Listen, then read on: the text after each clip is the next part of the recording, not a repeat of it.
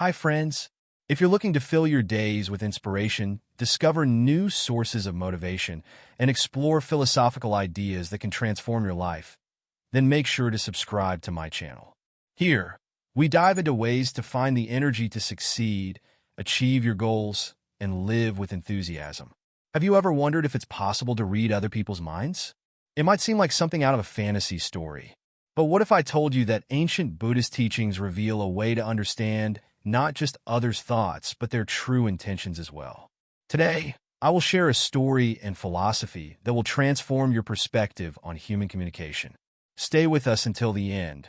Revelations ahead might just change your life. Reading minds at first glance seems supernatural. However, Buddhism asserts that truly understanding the thoughts of others is accessible to anyone. It's not magic, but a deep sense of empathy and attention to detail. To see how this works, consider a simple example. Have you noticed how easily you can guess the mood of a loved one based on their facial expression, gestures, or tone of voice? This is the basic level of mind reading, the ability to pick up external signals and interpret them. Buddhist texts recount the story of a monk who gained the ability to understand people's inner states. But this ability wasn't magic. It was the result of years of meditation and mindfulness practice. One day, a man came to him with a question. "How can I find the meaning of life?" The monk silently looked at him and said, "You already know the answer. You're just afraid to admit it." Astonishingly, the man agreed. He realized the monk had read his thoughts, though in reality, the monk had merely understood that the question arose not from a desire for an answer, but from fear. The first step to reading minds is developing mindfulness. Mindfulness teaches us to be present in the moment and notice what is happening around and within us. For this, Buddhism offers the practice of meditation. Sit in a comfortable position, close your eyes, and focus on your breathing. Notice every thought, every emotion that comes and goes without clinging to them.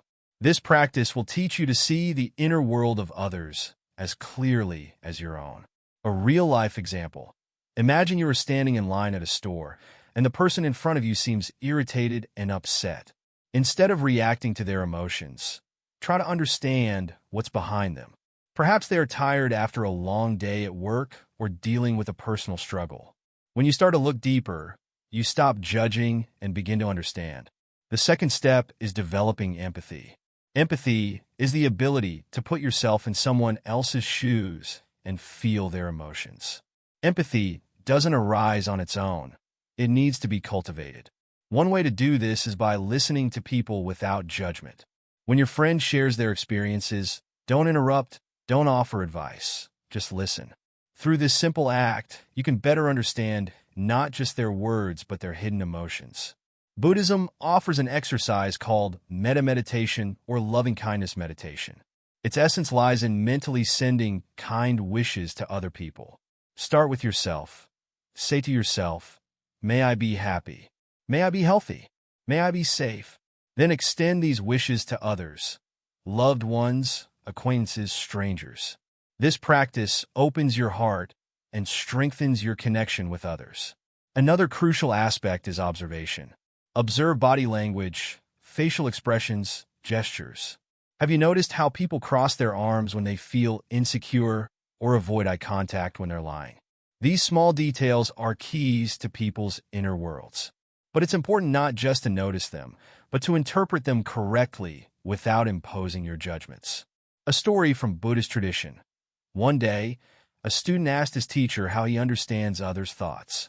The teacher replied, "I simply listen to their silence." This phrase suggests that sometimes we need to pay attention not to what someone says, but to what they're avoiding saying.